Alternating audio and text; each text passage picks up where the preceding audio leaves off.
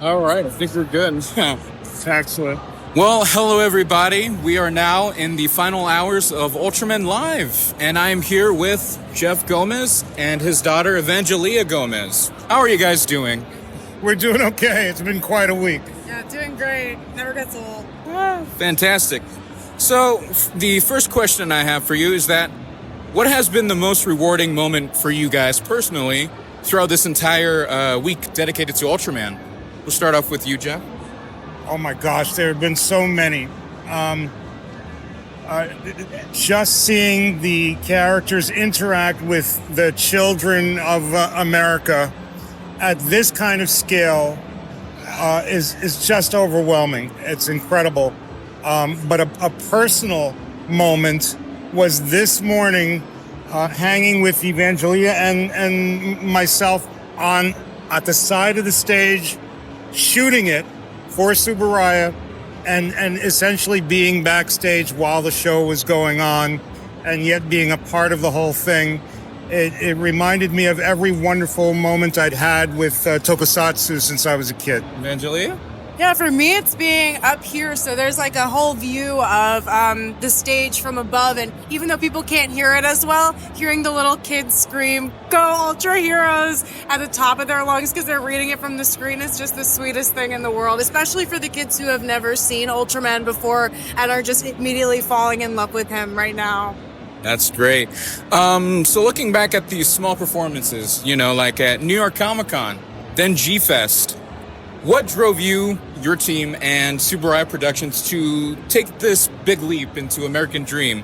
And could we see this come back again somehow, whether it's G-Fest or somewhere else? Well, mostly the New York contingent, the New York team represents Ultraman Connection. We were the first foot from Subaraya Productions into the American fan base, and built that website, ultramanconnection.com. One of the very first things that I talked to Subaraya about in our first meeting in Tokyo, Japan, was I want the live show to come to America. And to my delight, they said, "Oh, well, let's experiment a little bit." And we did that with the conventions, the appearances, bringing some of the characters to the shows, and each one of them was successful. So this is a little step-by-step thing, which was vastly assisted this time by Bandai Namco. Yeah, I think one of the best live shows I saw was at Anime Expo because we got to see the full light show and we had the sound stage and it was just so epic, and I would love to see more of that. Great. So how has the reception been from the families and newcomers to tokusatsu at these live events? And what do you hope that they take away from this show?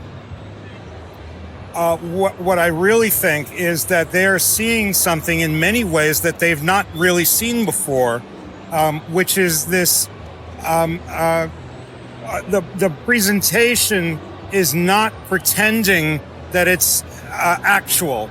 So they're not creating special effects and things like that are meant to convince you of the absolute reality of this. The artifice causes the audience to kind of make the leap. And in making the leap, there is affection because they're real, they're tangible in front of you, and they're interacting directly with you. That generates instant warmth. So our observation is that the audience, even if they don't quite know who Ultraman is, they may be vaguely aware, they instantly fall in love with these heroes who are trying so hard and need their help in order to surmount this incredible challenge.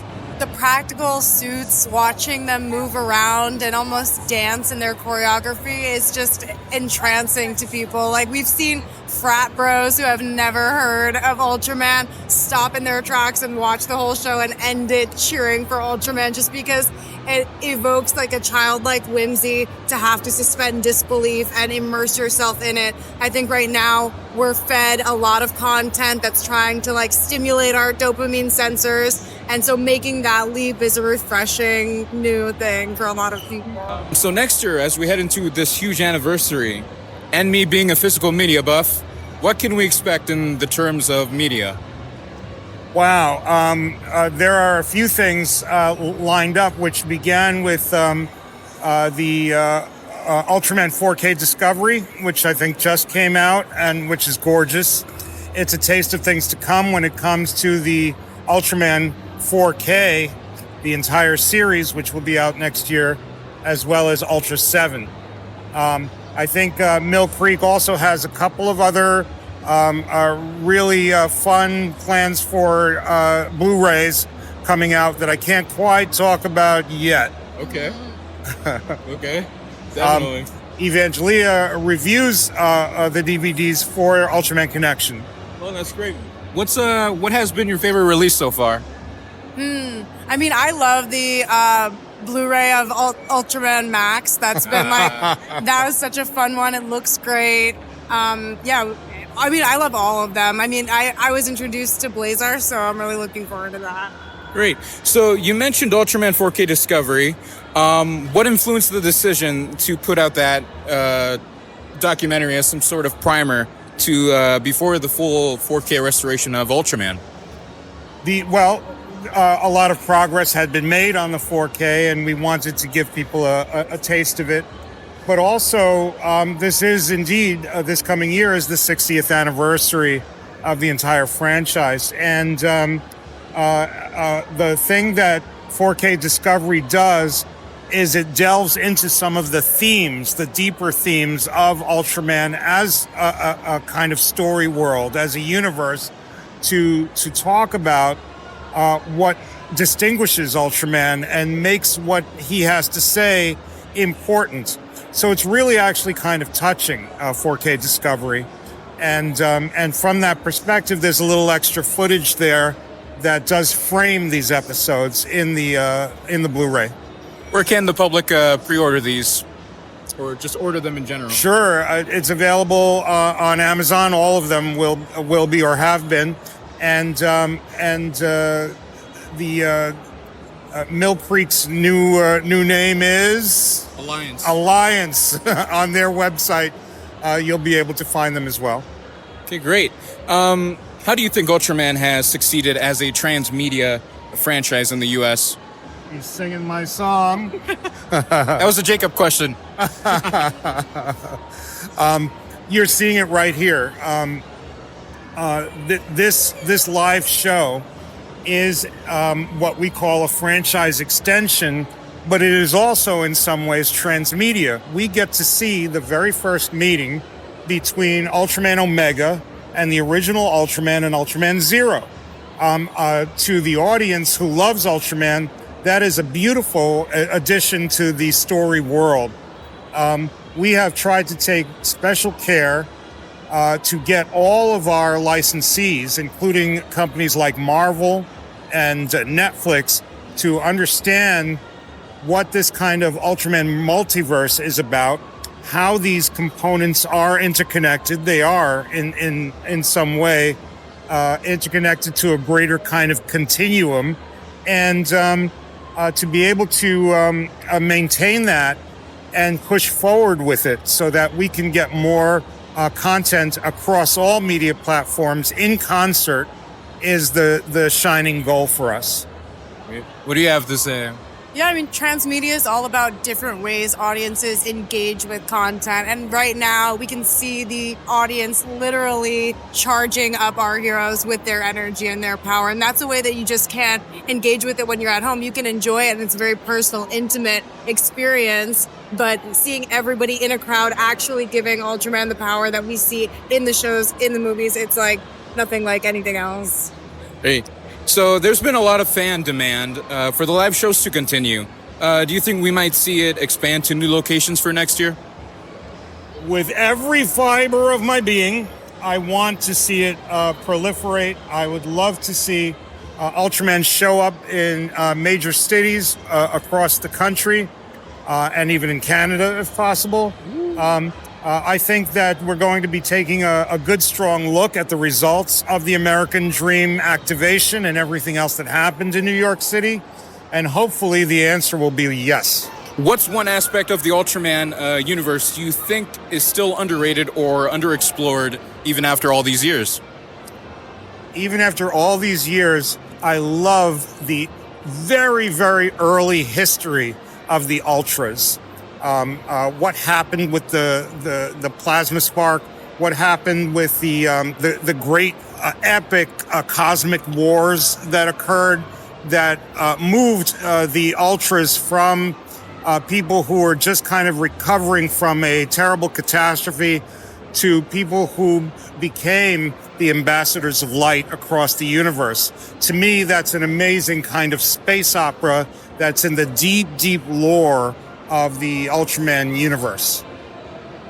Yeah, I love anything that has to do with the Kaiju graveyard. So anything we can get with the Kaiju graveyard, I want more of that. After spending so much time immersed in Ultraman across events, productions, and planning, has your relationship with the character changed in any way possible? It's deepened, man. It's I really have come to understand Ultraman better than I thought I did originally, and a lot of that comes from the tacit agreement between Ultraman and children that he is there for them, that he stands for them, and that his value system is what makes all of us kind of ultra, to aspire to his value system. That's really beautiful. And understanding the distinction between the personalities of all these characters and where they fit in this kind of greater cosmology, it's really kind of fascinating and malleable, and something for the fans to play with, and something for us to play with the fans with. So I really appreciate that about Ultraman.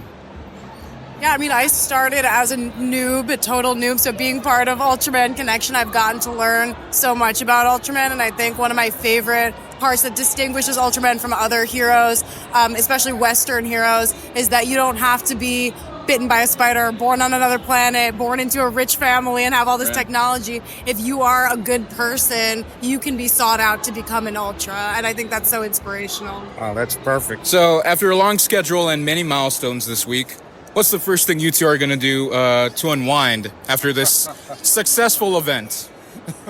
Sleep. Finally get some sleep. Yeah. That's great. So, is there anything you'd like to say to the fans directly who've been here throughout this long journey, whether they're lifelong fans or discovering Ultraman for the first time?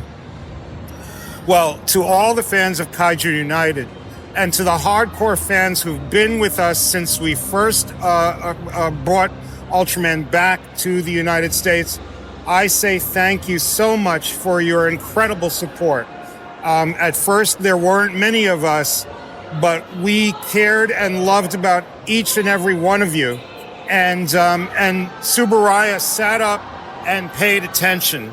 That is the direct result of your feedback and your input and your support of us. And we cannot thank you any more than, well, bringing the show to you here at American Dream. I can't thank you enough for doing this. Thank you. So tell your friends, and let's make it even bigger. Of course. Jeff, Evangelia, thank you guys so much. Happy Thanksgiving to those at Kaiju United. And we'll see you next time. Bye-bye.